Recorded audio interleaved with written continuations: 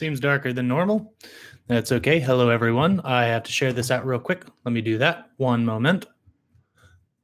Here it goes out to the Twitter sphere. Let me just do this.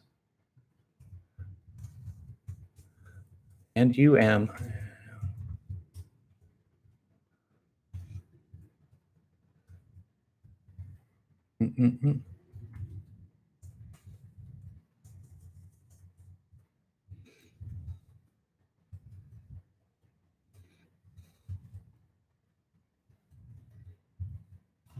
Yes.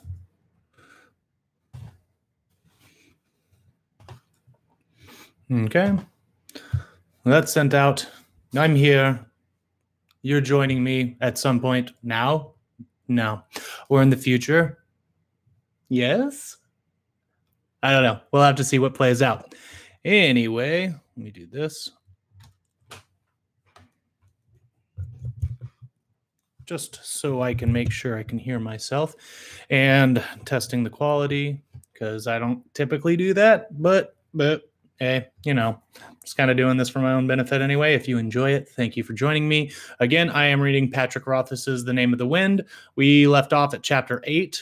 I'm going to start that right now. Again, well, I say right now. Let me just backtrack a little bit. I might change some of the voices. Again, the voice I was doing for Coat is a little rough, little rasp, winds up really making me sore by the end of the session. But if I can't find anything else, I'll just stick with it, or just deal with it. Who knows? Maybe I should just stop complaining.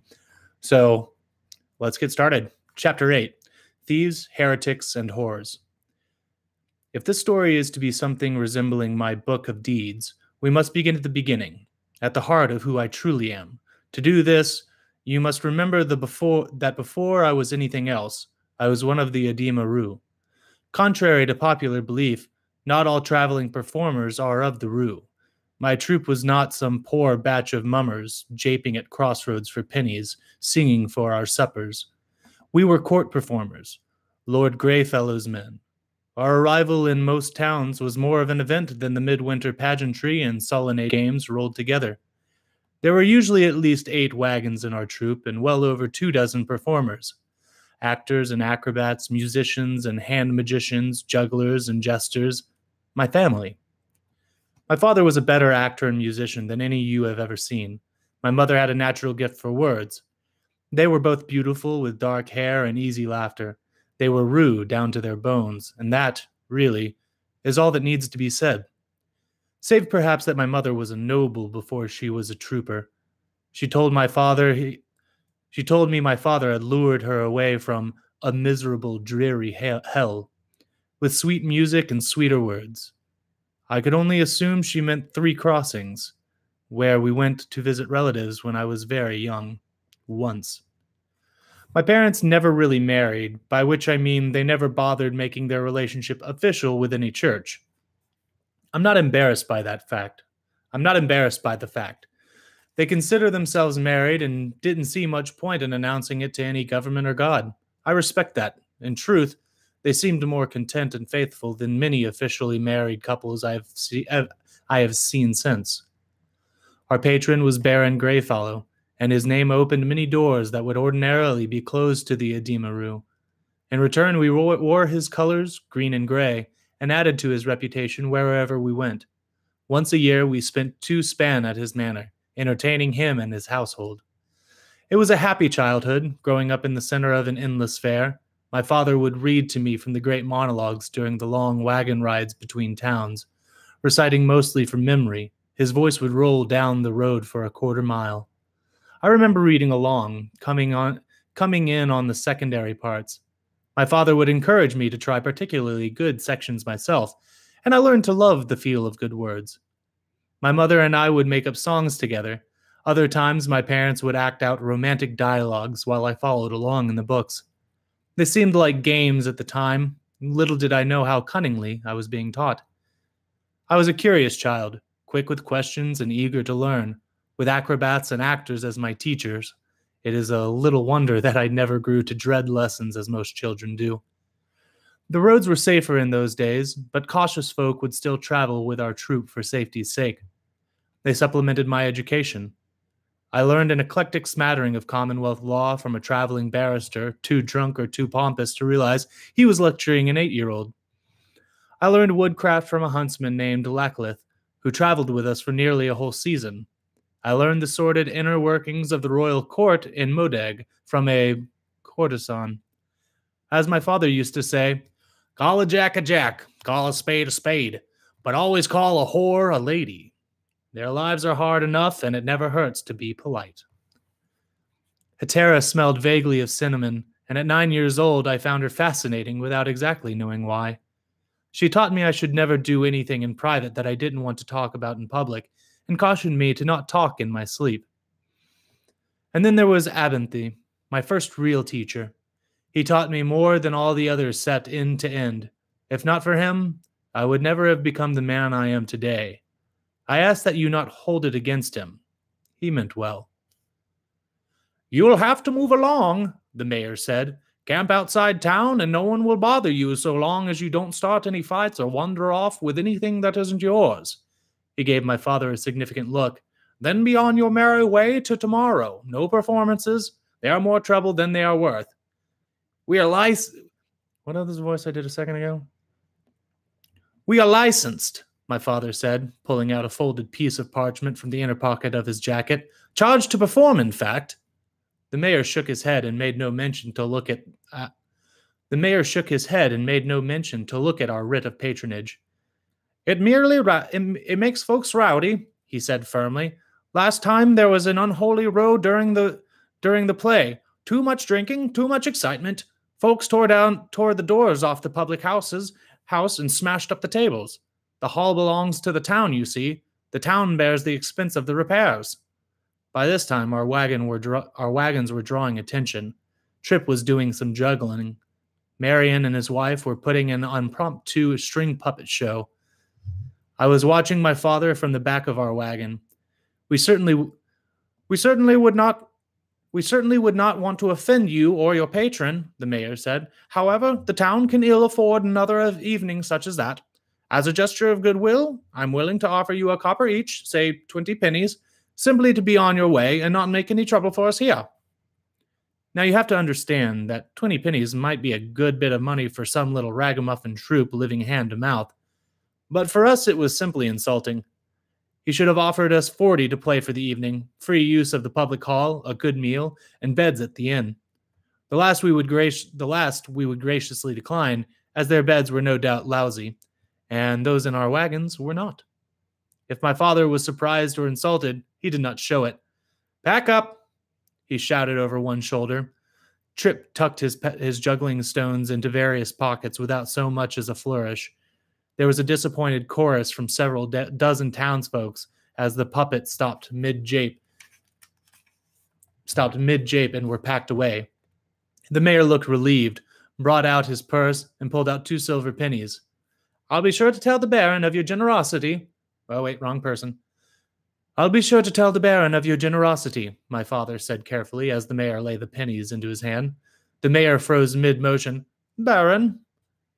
Baron Greyfellow, my father paused, looking for some spark of recognition on the mayor's face. Lord of the Eastern Marshes, Hudumbrand by Theron, and the Widdicombe Hills? My father looked around at the horizon. We are still in the Widdicombe Hills, aren't we? Well, yes, the mayor said. But Squire Similon... Oh, we're in Similon's fife, my father exclaimed, looking around as if just now getting his bearings. Thin gentleman, tidy little beard. He brushed his chin with his fingers. The mayor nodded numbly. Charming fellow, lovely singing voice. Met him when we were entertaining the Baron last midwinter. Of course, the mayor paused significantly. Might I see your writ? I watched as the mayor read it. It took him a little while, as my father had not bothered to mention the majority of the Baron's titles, such as the Viscount of Montrone and Lord of Trelliston. The upshot was this. It was true that the Squire Similon controlled this little town and all of the land around it, but Similon owed fealty directly to Greyfellow. In more concrete terms, Greyfellow was captain of the ship. Similon scrubbed the plank. Similon scrubbed the planking and saluted him. The mayor refolded the parchment and handed it back to my father. I see. That was all. I remember being stunned when the mayor didn't apologize or offer my father more money. My father paused as well, then continued. The city is your jurisdiction, sir, but we'll perform either way. It will either be here or just outside the city limits. You can't use the public house, the mayor said firmly. I won't have it wrecked again. We can play right here. My father pointed to the market square. It will be enough space, and it keeps everyone right here in town. The mayor hesitated, though I could hardly believe it. We sometimes chose to play on the green because the local buildings weren't big enough. 2 of our wagons were built to become stages for just that eventuality. But in my whole 11 years of memory, I could barely count on both hands the times we'd been forced to play the green. We had never played outside the city limits. But we were spared that. The mayor nodded at last and gestured my father closer. I slipped out the back of the wagon and moved close enough to catch the end of what he said.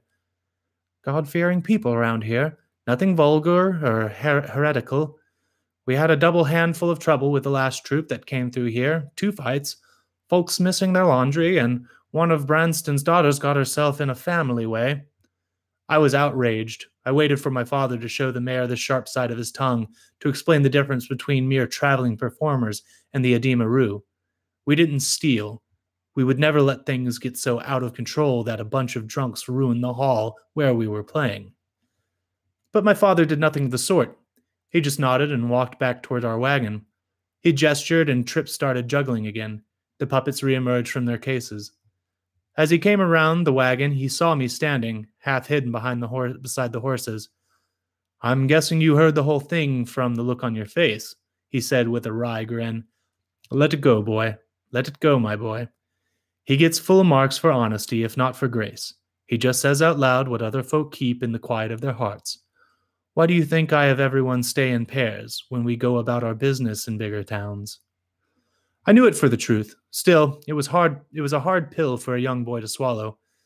20 pennies, I said scathingly, as if he were offering us charity. That was the hardest part of growing up at Edema Rue. We are strangers everywhere. Many folk view us as vagabonds and beggars, while others deem us little more than thieves, heretics, and whores.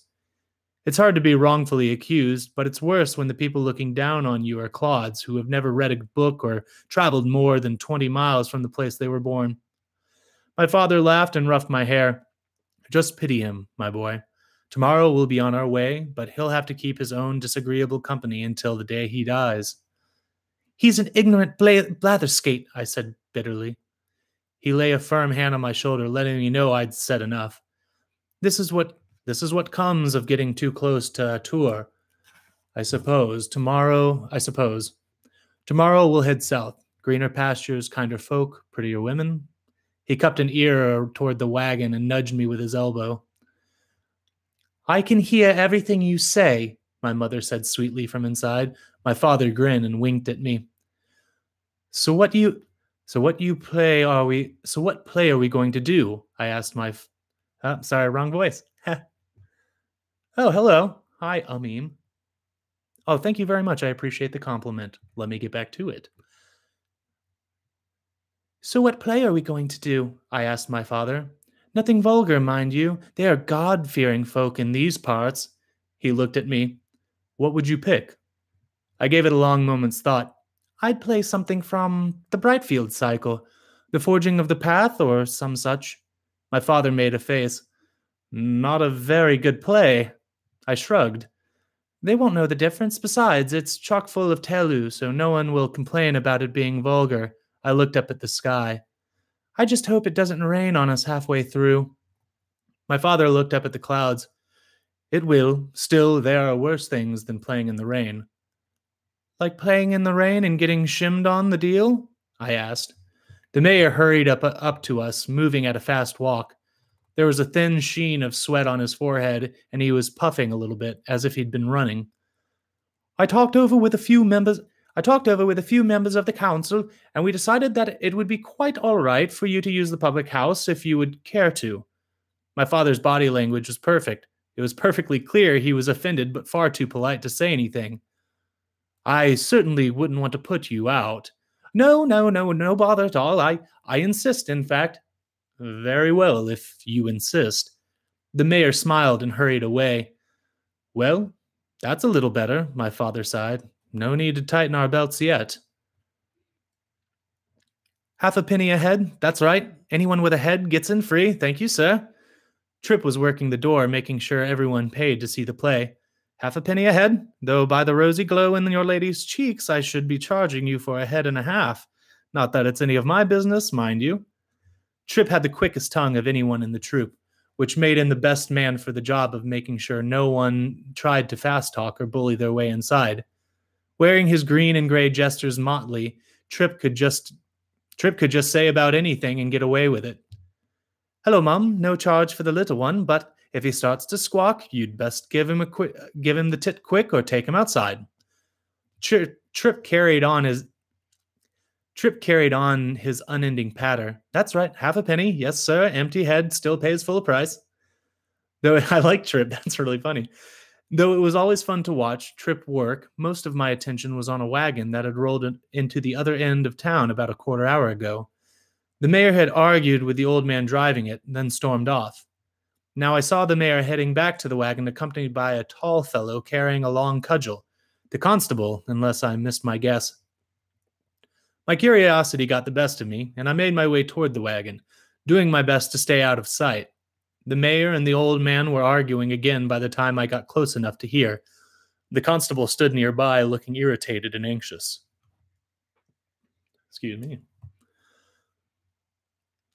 I told you I don't have a license. I don't need a license. Does a peddler need a license? Does a tinker need a license? You're not a tinker, the mayor said. Don't try to pass yourself off as one. I'm not trying to pass myself off as anything, the old man snapped. I'm a tinker and a peddler, and I'm more than both. I'm an arcanist.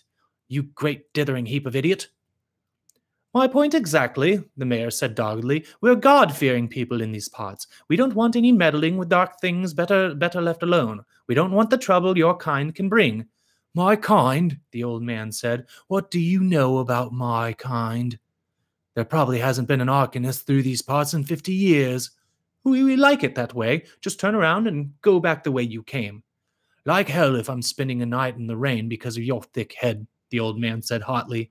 I don't need your permission to rent a room or do business in the street. Now get away from me or I'll show you firsthand what sort of trouble my kind can be. Fear flashed across the mayor's face before it was overwhelmed by outrage. He gestured over one shoulder at the constable. Then you'll spend the night in the jail for vagrancy and threatening behavior. We'll let you on your way in the morning if you've learned to keep a civil tongue in your head. The constable advanced on the wagon, his cudgel held cautiously at his side. The old man stood his ground and raised one hand. A deep red light welled up from the front corners of his wagon. That's far enough, he said ominously. Things could get ugly otherwise. After a moment's surprise, I realized the strange light came from a pair of sympathy lamps the old man had mounted on his wagon. I had seen one before in Lord Greyfallow's library. They were brighter than gaslight, steadier than candles or lamps, and lasted nearly forever. They were also terribly expensive. I was willing to bet that no one in this little town had ever heard of them, let alone seen one. The constable stopped in his tracks when the light began to swell, but when nothing else seemed to happen, he set his jaw and kept walking toward the wagon. The old man's expression grew anxious. Now, hold on a moment, he said as the red light from the wagon started to fade. We don't want... Shut your clapper, you old shit-fire, the constable said. He snatched at the arcanist's arm as if he were sticking his hand into an oven. Then, when nothing happened, he smiled and grew more confident.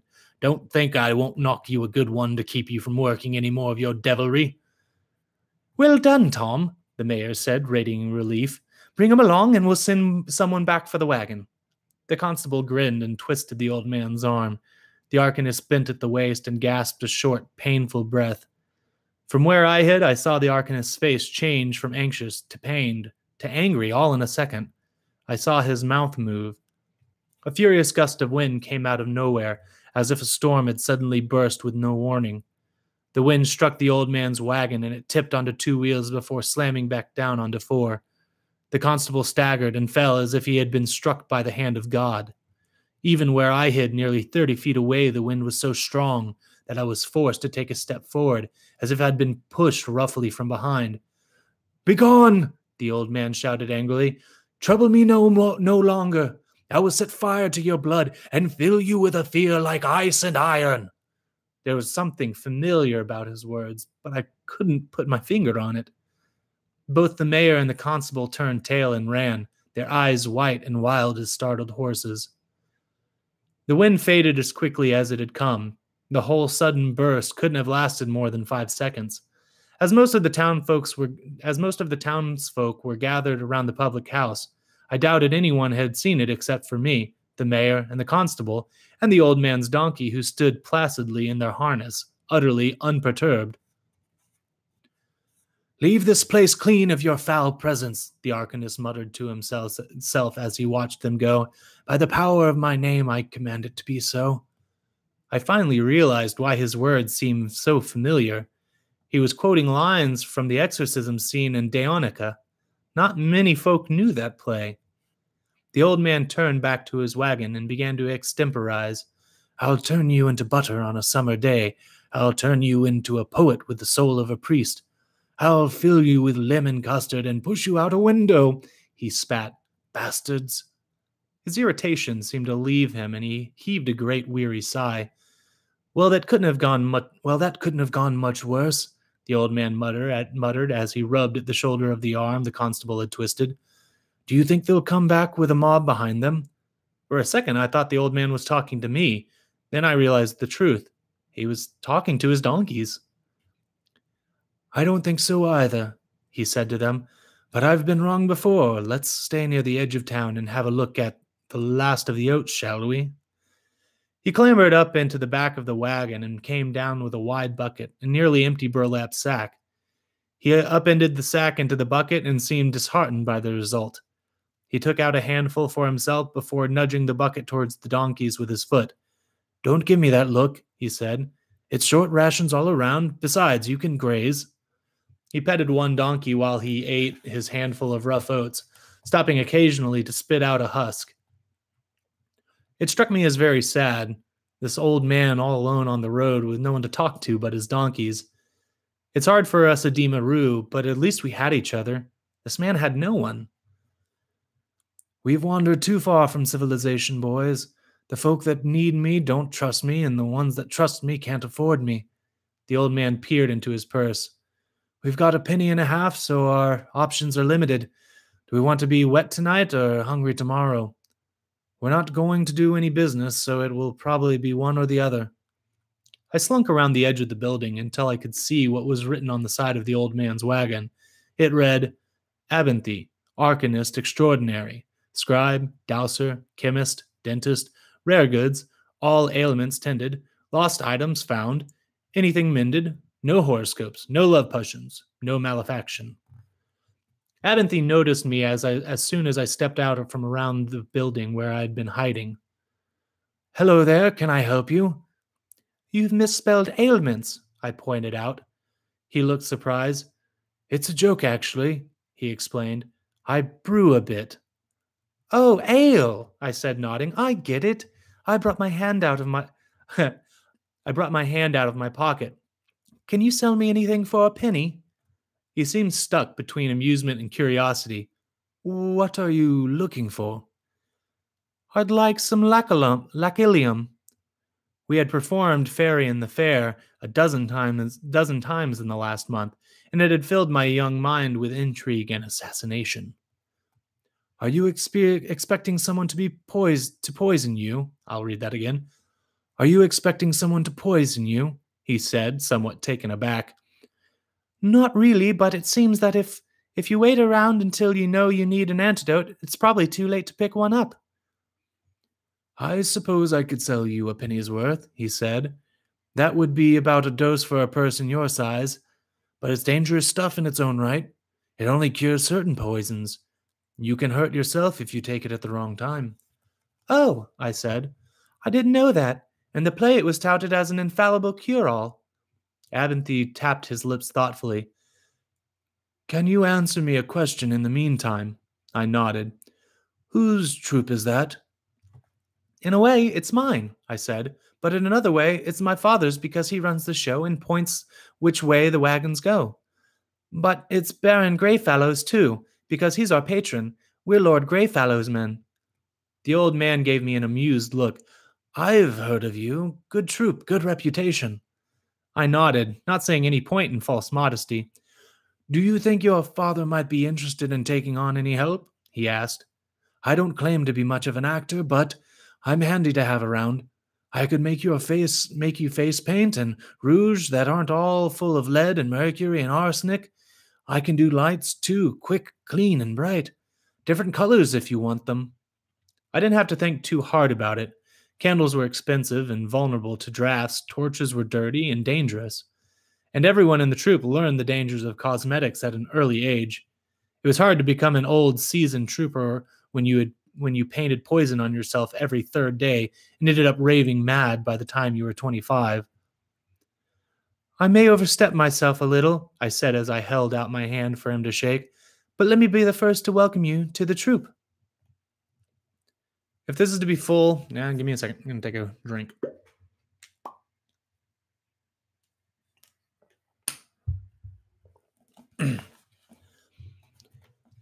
If this is to be a full and honest account of my life and deeds, I feel I should mention that my reasons for inviting Ben into our troop were not entirely altruistic. It's true that quality cosmetics and clean lights were a welcome addition to our troop. It's also true that I'd felt sorry for the old man alone on the road. But underneath it all, I was moved by my curiosity. I had seen Abinthy do something I could not explain, something strange and wonderful. Not his trick with the sympathy lamps, I recognized that for what it was. Showmanship, a bluff to impress ignorant townsfolk. What he had done afterward was different. He called the wind, and the wind came. It was magic. Real magic. The sort of magic I'd heard about in stories of Taborlin the Great. The sort of magic I hadn't believed in since I was 6. Now I didn't know what to believe. So I invited him into our troop, hoping to find answers to my questions. Though I didn't know it at the time, I was looking for the name of the wind. Titular line! That was great. I'm digging this so hard. It's so good.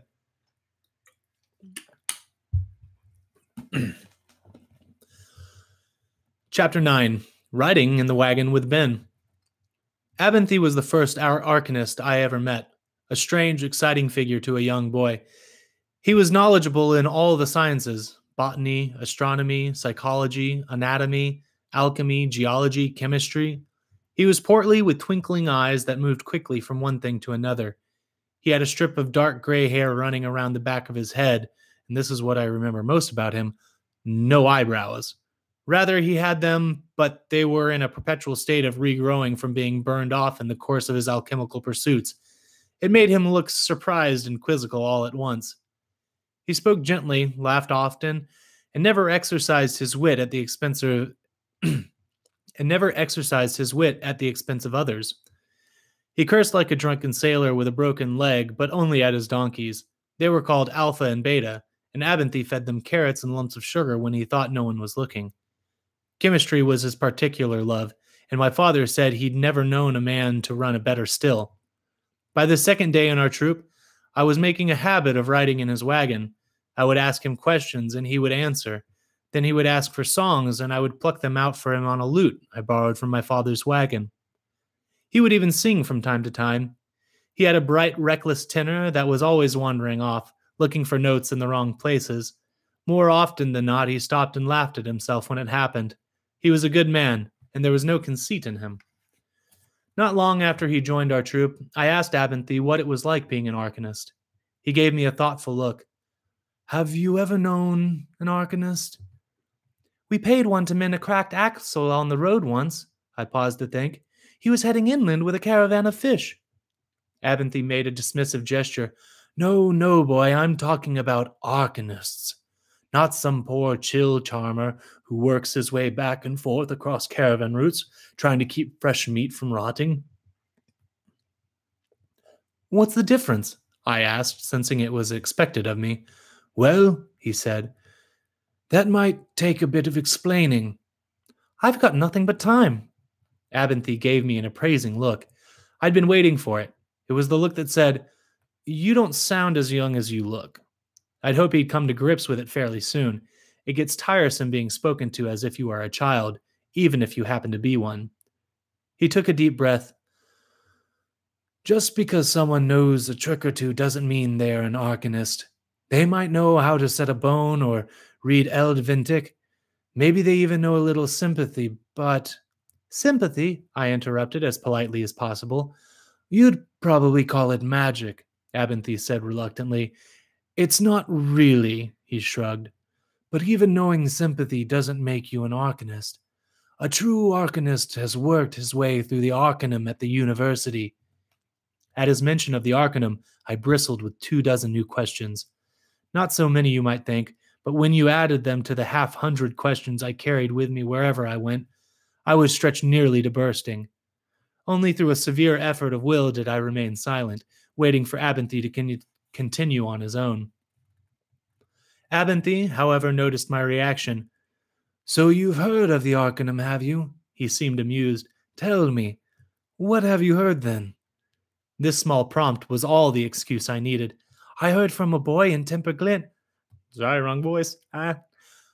I heard from a boy in Temper Glen that if your arm's cut off, they can sew it back on at the university. Can they really? Some stories say Taborlin the Great went there to learn the names of all things. There's a library with 1,000 books. Are there really that many? He answered the last question, the others having rushed by too quickly for him to respond. More than 1,000, actually. 10 times 10,000 books. More than that. More books than you could ever read.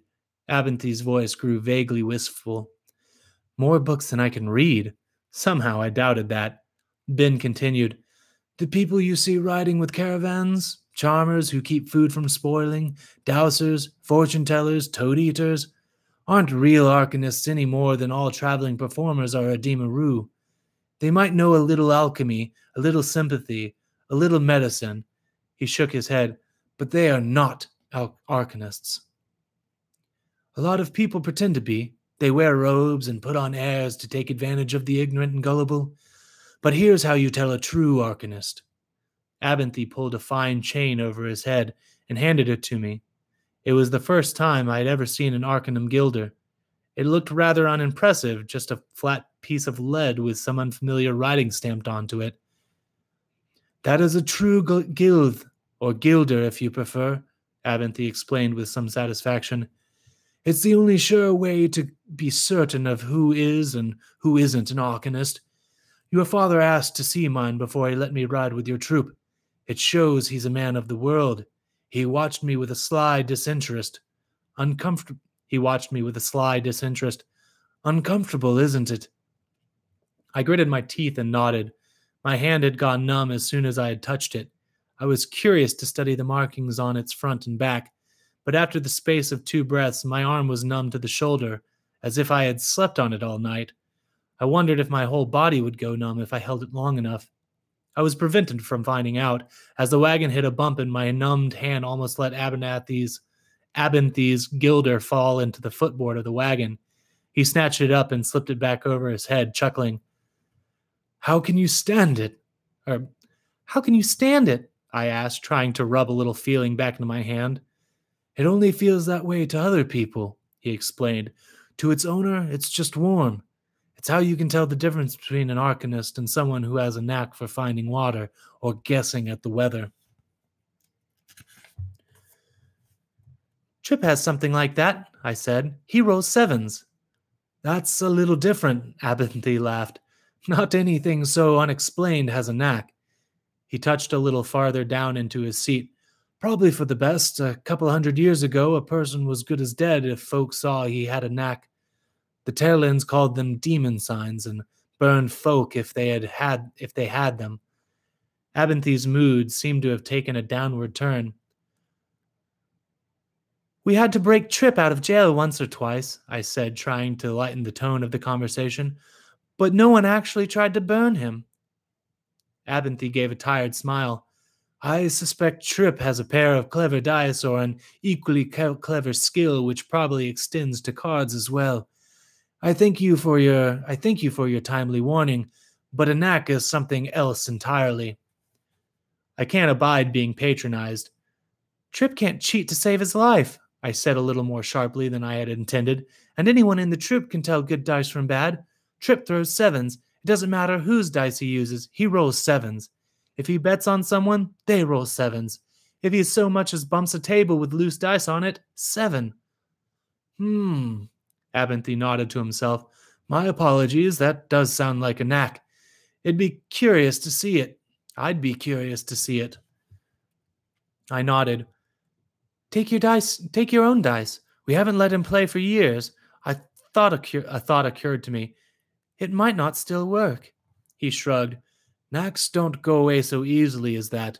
When I was growing up in Stop, I knew a young man with a knack, uncommonly good with plants. Abinthy's grin was gone as he looked off at something I couldn't see. His tomatoes would be red while everyone else. Oh, Abinthy's grin was gone as he looked off at something I couldn't see. His tomatoes would be red while everyone else's vines were still climbing. His squash was bigger. Sorry. His tomatoes would be red while everyone else's vines were still climbing. His squash were bigger and sweeter. His grapes didn't hardly have to be bottled before they started being wine. He trailed off, his eyes far away. Did they burn him? I asked with a morbid curiosity of the young. What? No, of course not. I'm not that old. He scowled at me in a mock severity. There was a drought and he got run out of town. His poor mother was heartbroken. There was a moment of silence. 2 wagons ahead of us, I heard Taryn and Shandy rehearsing lines from The Swineherd and The Nightingale. Abinthy seemed to be listening as well, in an offhand way. After Taryn got himself lost halfway through Fane's garden monologue, I turned back to face him. Do they teach acting at the university? I asked. Abinthy shook his head, slightly amused by the question. Many things, but not that. I looked over at Abinthy and saw him watching me. His eyes danced. Could you teach me some of those other things? I asked. He smiled, and it was as easy as that.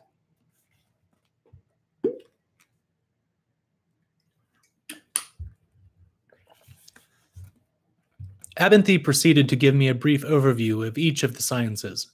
While his main love was for chemistry, he believed in a rounded education. I learned how to work the sextant, the compass, the slipstick, the abacus. More important, I learned to do without. Within a span, I could identify any chemical in his cart.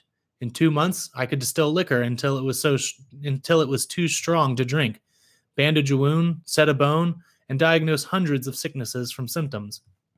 I knew the process for making 4 different aphrodisiacs, 3 concoctions for contraception, 9 for impotence, and 2 filters referred to simply as Maiden's Helper. Abinthy was rather vague about the purpose of the last of these, but I had some strong suspicions. I learned the formulae for a dozen poisons and acids and 100 medicines and cure-alls, some of which even worked. I doubled my herb lore in theory, if not in practice. Abinthy started to call me Red, and I called him Bin, first in retaliation, then in friendship. Only now, far after the fact, do I recognize how carefully Ben prepared me for what was to come at the university. He did it subtly, once or twice a day, mixed in with my normal lectures. Ben would present me with a little mental exercise I would have to master before we went on to anything else. He made me play Tyranny without a board, keeping track of the stones in my head. Other times he would stop in the middle of a conversation to make me repeat everything said in the last few minutes, word for word. This was levels beyond the simple memorization I had practiced for the stage. My mind was learning to work in different ways, becoming stronger. It felt the same way your body feels after a day of splitting wood, or swimming, or sex. You feel exhausted, languorous, and almost godlike. This feeling was similar, except it was my intellect that was weary and expanded, languid and latently powerful. I could feel my mind starting to awaken. I seemed to gain a momentum as I progressed, like when water starts to wash away a dam made of sand. I don't know if you understand what a geometric progression is, but that is the best way to describe it. Through Through it all, Ben continued to teach me mental exercises that I was half convinced he constructed out of sheer meanness.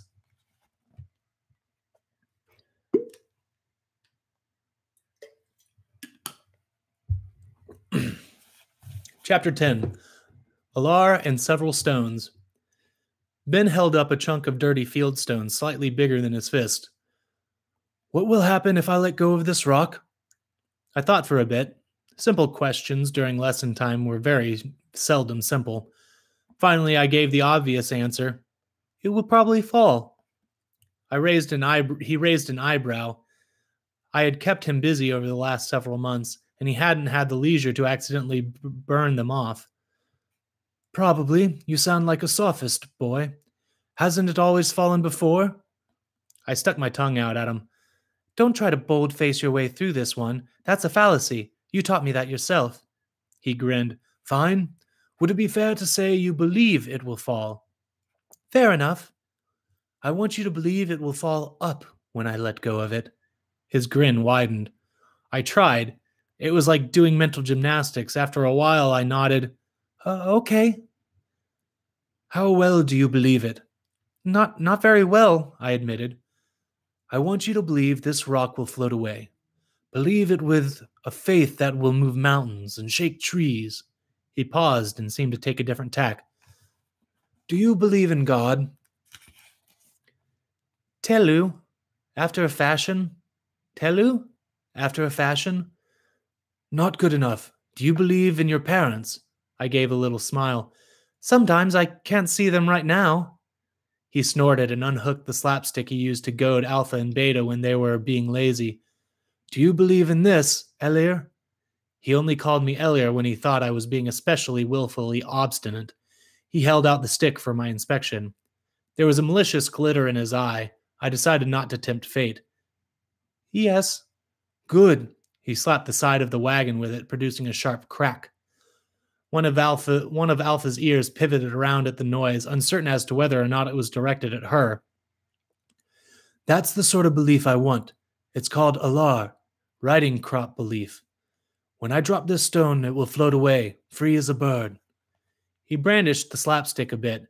And none of your petty philosophy, or I'll make you sorry you ever took a shining to that little game. I nodded. I cleared my mind with one of the tricks. I'd already learned and bore down on believing. I started to sweat. After what may have been 10 minutes, I nodded again. He let go of the rock. It fell. I began to get a headache. He picked the rock back up. Do you believe that it floated? No, I sulked, rubbing my temples. Good, it didn't. Never fool yourself into perceiving things that don't exist. It's a fine line to walk. But sympathy is not an art for the weak-willed. He held out the rock again. Do you believe it will float? It didn't. It doesn't matter. Try again. He shook the stone. Allah is the cornerstone of sympathy. If you are going to impose your will on the world, you must have control over what you believe. I tried and I tried. It was the most difficult thing I had ever done. It took me almost all afternoon. Finally, Ben was able to drop the rock, and I retained my firm belief that it wouldn't fall despite evidence to the contrary. I heard the thump of the rock, and I looked at Ben. I've got it, I said calmly, feeling more than a little smug. He looked at me out of the corner of his eye, as if he didn't quite believe me, but didn't want to admit it. He picked at the rock absently with one fingernail, then shrugged and held it up again. I want you to believe the rock will fall, and that the rock will not fall when I let go of it. He grinned. I went to bed late that night. I had a nosebleed and a smile of satisfaction. I held the two separate beliefs loosely in my mind and let their singing discord lull me into a senselessness. Being able to think about two disparate things at once, aside from being wonderfully efficient, was roughly akin to being able to sing harmony with yourself. It turned into a favorite game of mine. After 2 days of practicing, I was able to sing a trio. Soon I was doing mental equivalent of palming cards and juggling knives. There were many other lessons, though none were quite so pivotal as the Alar. Ben taught me Heart of Stone, a mental exercise that let you set aside your emotions and prejudices and let you think clearly about whatever you wished. Ben said a man who truly mastered Heart of Stone could go to his sister's funeral without ever shedding a tear. He also taught me a game called Seek the Stone. The point of the game was to have one part of your mind hide an imaginary stone in an imaginary room. Then you had another separate part of your mind try to find it. Practically, it teaches valuable mental control. If you can really play Seek the Stone, then you are developing an iron heart alar of the sort you need for sympathy. However, while being able to think about two things at the same time is terribly convenient, the training it takes to get there is frustrating at best, and at other times rather disturbing. I remember one time I looked for the stone for almost an hour before I consented to ask the other half of me where I'd hidden it, only to find I hadn't hidden the stone at all. I had merely been waiting to see how long I would look before giving up. Have you ever been annoyed and amused with yourself at the same time? It's an interesting feeling, to say the very least. Another time I asked for hints and ended up jeering at myself. It's no wonder that many arcanists you meet are a little eccentric, if not downright cracked. As Ben had said, sympathy is not for the weak of mind. All right. I think I'm going to wrap it up there. Thank you for checking out what I'm doing here. I hope you're enjoying it if you're listening. You have any comments or constructive criticism, please leave them below. People do this on YouTube videos that I see. Other than that, I don't really have anything else to say other than, I DM a podcast called Bombarded. You've heard me talk about it a couple times on here now. I'll probably say it every time just because this is all to benefit that. I want to be better at just speaking in general and being a little bit more fluent in the way I speak. So this provides me that opportunity. It also provides me an opportunity to practice character voices and try out different things and learn acting in a way. I guess I'm going for voice acting. Let's just say what it is. So if there's any comments, critiques that you have regarding that, please let me know. But if you want to check out what I do with my podcast, anywhere where you get podcasts, just open a podcatcher and type in Bombarded and you'll see it. I play this game with my band. They play all bards. They're like multi-classed, and every song we roll dice with chords on them to write a song. And that's something we do every episode. So you can bet your bottom dollar that tomorrow there will be a song. I wish this was coming out on Monday, yesterday, which that's April 30th, because we released an episode today. So, but all of that's on iTunes, Podbean, wherever you get podcasts, Bombardedcast. You want to see us on social media, search at Bombardedcast. You want to see what other people are saying about the podcast, search the hashtag Bardcast. We've been getting some fantastic fan art and different things like that. There's some theories out there. People are shipping people. I love it. I love that people are doing this. So if you haven't checked out Bombarded, do that. Again, this is all. Oh, hi, Dylan. How's it going? I just wrapped up. I'm sorry. I have other things to do, but I'm glad you were able to join me at least for this last little bit. I kind of talk into the void most of the time, so I appreciate you taking the time to check out what I'm doing. I'm not sure if you've watched the other videos, but I appreciate it nonetheless. And again, Ameem, thank you for leaving the great comment. I appreciate it so much. Dylan, thank you for dropping in. I'm sorry. Oh no. Well, I plan on having a good evening. Hopefully I'll be able to, get some things done around the house. I hope you have a good evening as well. And I do this every week. So it usually starts around 5:00 at Central Standard Time. If you're available, of course I have the backlog. So if you want to check those out, but if people want to join me, I'm more than glad to have them.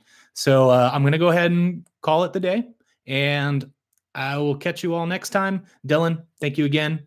Appreciate it. It's always great to see somebody pop in. So you made this grin, Dylan.